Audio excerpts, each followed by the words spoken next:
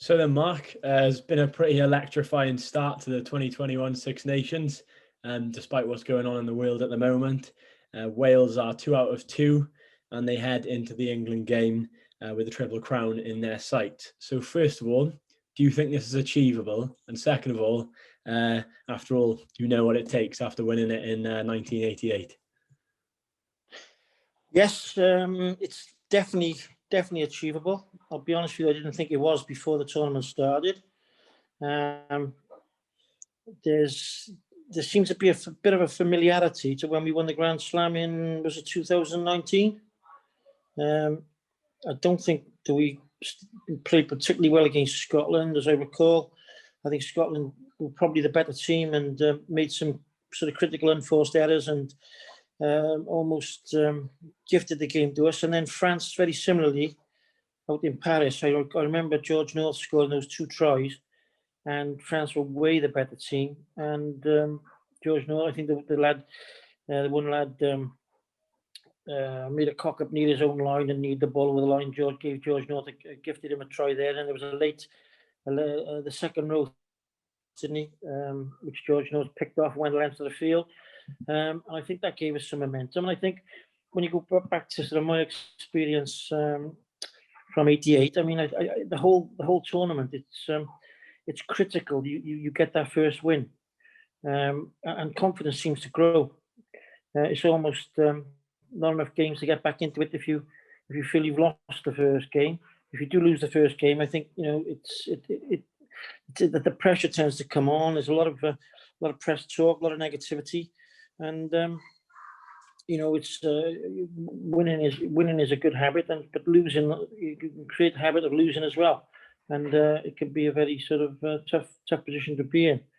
You can win a Grand Slam one year and finish rock bottom the next. So that's certainly from my experience. And '88 was a particularly good season. We played with a lot of confidence. Our confidence built as we went through the tournament. And like I say, the 2 wins now, and England next. And we all know that the Welsh, the fire in the Wales players' bellies ignites much quicker when they play England, and they tend to find that extra 10-20% when they play England. I remember when they played England. I think it was the Grand Slam year, wasn't it? That was the next game. That's why I was talking about the familiarity to the 2019 season. Up on the big screen comes the roar as they're about to kick off. The Welsh roar of the crowd was evident, and then up on the big screen, the boy Farrell, who's about to kick off, has made a smarmy grin and winked to one of his players. Well, that set the crowd off like God knows 10, 20, 30, how many decibels above a normal crescendo. And Tipperick came in and made that first around the ankles tackle on Vunipola, the 8 on their first big carry, and Farrell's game went to pieces, and the whole thing was in our favour, and we won quite comfortably in the end. But obviously we're not going to have that. We're not going to have that crowd. I'm wondering whether Eddie Jones can say something daft again and fire us up, and we can maybe get a bit of extra adrenaline flowing from that. But it's going to be a strange one without the crowd for sure. So Wales have struggled a lot with injuries. There's been a lot of chopping and changing, especially at the midfield department. But I think Jonathan Davies is due to be back for the England fixture. And George North should be back as well. I think it's a foot injury after the initial eye injury. So there are more options in the midfield. You mentioned Bowen there, who played alongside you. You were skipper on the day. So how important is it to have that presence and leadership in midfield in order to win a Triple Crown, having been there yourself? Yeah, very, very important. It's interesting you say that Jonathan Davies is back again now and available, because the centre combination is going to be very important at the weekend. I mean, if you go back to the first team selected, I think George North came into centre to take over from Jonathan Davies because he was injured, correct? Yeah? Yeah, correct. Which may have meant that Louis Rees-Zammit, sorry. Sorry. Louis Rees-Zammit. Is it Zammit Rees or Rees-Zammit? I keep forgetting. Louis Rees-Zammit, yeah. Yeah, Louis Rees-Zammit. He may not have even started the first game. We've also Johnny Williams has been injured. George North has come in and come out, and Halaholo he's come in and done okay.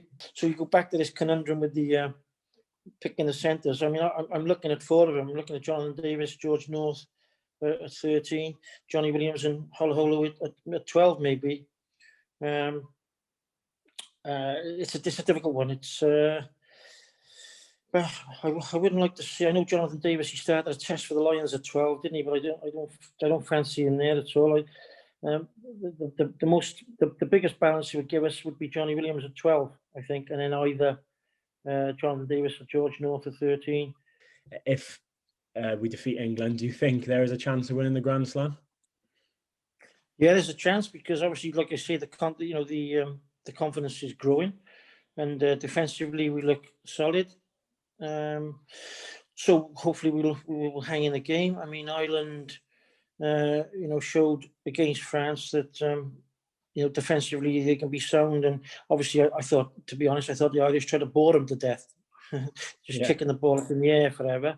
I'd like to think we can play a little bit more football than that, but you have to say, on the development of France, since they went back-to-back Junior World Cups or Under-20s World Cups, that those guys have come through and they seem to be growing in experience and confidence.